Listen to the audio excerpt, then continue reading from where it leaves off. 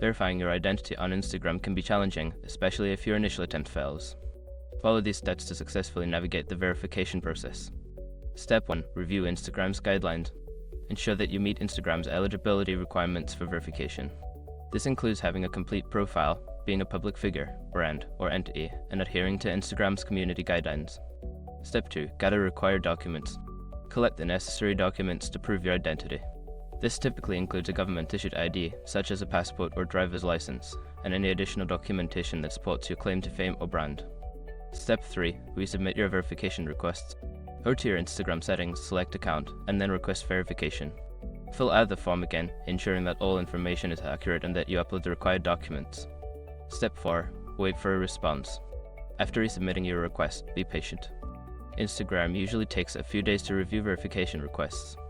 Keep an eye on your notifications for any updates regarding your application. Step 5. Consider alternative verification methods.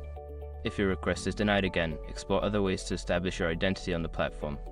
This may include increasing your follower count, engaging with your audience, or gaining media coverage to enhance your credibility. By following these steps, you can improve your chances of successfully verifying your identity on Instagram. Remember to stay persistent and keep your profile active and engaging.